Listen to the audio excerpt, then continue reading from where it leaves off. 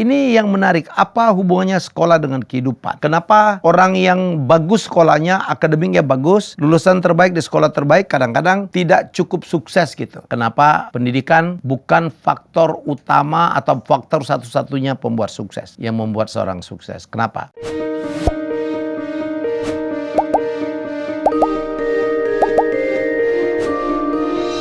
Rumus sukses ya. Ada yang mengatakan bahwa kalau mau sukses itu harus melalui pendidikan.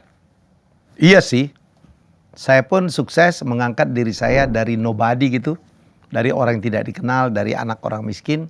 Kenapa? Karena saya merubah bisa menjadi sukses. Kalau saya boleh mengklaim sukses ya. Semoga ini tidak terlalu mewah gitu. Itu karena saya diminta oleh ayah saya dulu, sekolahlah setinggi mungkin. Dan alhamdulillah saya masuk sekolah terbaik, yaitu Sekolah Tinggi Akuntansi Negara yang penuh dengan persaingan. Wah, bersaingnya kami dulu luar biasa. Tetapi bukan berarti juga orang sekolah, tamatan sekolah, dari sekolah terbaik sekalipun bisa sukses dalam kehidupan. Ya, kenapa demikian ya? Ya, ini yang menarik. Apa hubungannya sekolah dengan kehidupan? Kenapa orang yang bagus sekolahnya, akademiknya bagus, lulusan terbaik di sekolah terbaik, kadang-kadang tidak cukup sukses gitu. Kadang-kadang kalah bersaing dengan orang yang sekolahnya tidak tinggi-tinggi amat. Angkatan saya di STAN yang paling kaya itu adalah justru yang drop out kuliah. Dia drop out dengan modal pernah kuliah di STAN, dia belajar hukum, dan kemudian dia menjadi seorang lawyer litigasi yang luar biasa. Kan jarang lawyer ngerti ngitung-ngitung, dan beliau sangat ngerti ngitung-ngitung. Dan drop out mengajarkan dia banyak hal tentang kehidupan ya. Karena dia akhirnya harus mampu melobi. Orang pintar kan nggak mampu melobi, karena dia pikir orang butuh saya, bukan saya butuh orang. Jadi banyak hal-hal, dan ini saya pernah jadikan konten. Jadi sekarang saya ingin menyampaikan apa bedanya sekolah dan kehidupan ya, sebagai faktor sukses kita dalam hidup. Ini lucu nih. Di sekolah itu kita belajar dulu baru dites, bukan ya? Ya, di sekolah tuh kita belajar dulu baru dites. Kita belajar kimia, belajar fisika, belajar matematik, belajar seni. Ya, di akhir semester kita baru dites. Paham ya? Kita belajar dulu baru dites. Baru di challenge gitu. Apakah kita lulus? Apakah kita sudah menguasai pelajaran-pelajaran kita? Itu di sekolah. Tapi di kehidupan sebaliknya.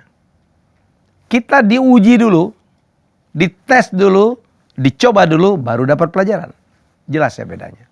Di dalam kehidupan, ya, kita itu dicoba dulu, dites, di challenge gitu, ditantang untuk mencoba, baru kita dapat pelajaran. Setelah kita mencoba, setelah kita menghadapi itu tantangan, setelah kita menghadapi cobaan, then we learn something. Kita akan harusnya, untuk orang-orang yang mau belajar, dia akan mendapatkan banyak pelajaran. Supaya, jangan kalau gagal jangan 2 kali. Setiap kali kita gagal, kita perbaikin di mana gagalnya. Ya, di mana gagalnya. Untuk berikutnya kita mengubah cara. Kita mengubah sudut pandang. Kita mengubah persiapan dan sebagainya. Jadi sekali lagi saya sampaikan perbedaan antara sekolah dan kehidupan untuk penunjang sukses kita dalam hidup. Di sekolah kita belajar dulu baru dites. Tapi di dalam kehidupan kita dites dulu baru dapat belajar. Dapat pelajaran. Ya, merugilah bagi Anda yang dalam kehidupan satu, nggak berani menghadapi ujian. Penakut, takut gagal. Ya, menghindar dari rintangan-rintangan. Kan saya ingat, high risk, high return. Makin Anda mengambil rintangan atau tantangan yang berisiko besar, hasil juga akan besar. Kalau Anda mau save-save aja, jadi pegawai dong. Ya, tapi segitu aja. Ya, Bob Sadino menyampaikan, kalau Anda pengen beli mobil katakan sekarang 500 miliar.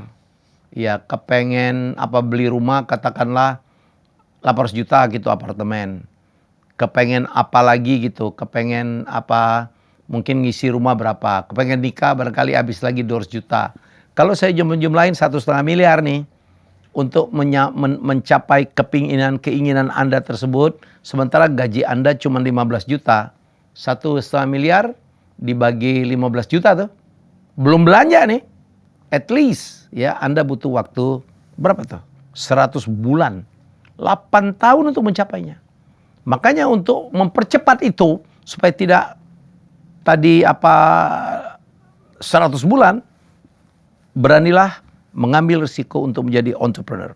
Bukankah definisi dari entrepreneur itu adalah orang yang berani mengambil risiko untuk mendapatkan keuntungan. Tapi kalau Anda penakut, nggak berani mencoba, takut gagal, di challenge Anda lari, ya Anda tidak akan pernah dapat pelajaran. Sekali lagi dalam kehidupan, ya kita akan diuji dulu, ya baru kita akan mendapatkan pelajaran. Dan kedua, merugilah bagi Anda yang sudah mendapatkan ujian, sudah menghadapi tantangan, tapi Anda gagal mengambil pelajarannya. Sehingga Anda mengulang,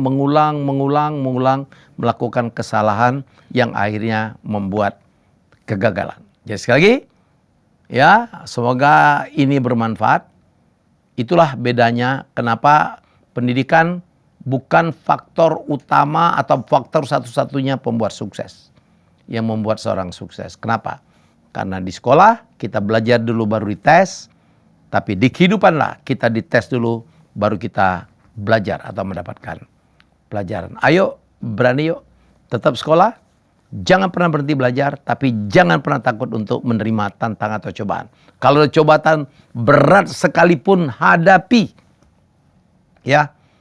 Allah, Tuhan tidak akan mencoba makhluknya melebihi kemampuan untuk menghadapinya.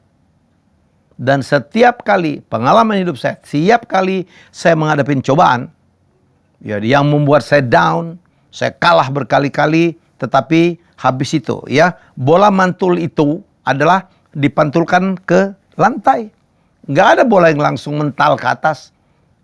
We call it rebound. Itu yang disebut dengan rebound. Untuk mental ya ke atas, Anda harus jatuh ke bawah dulu.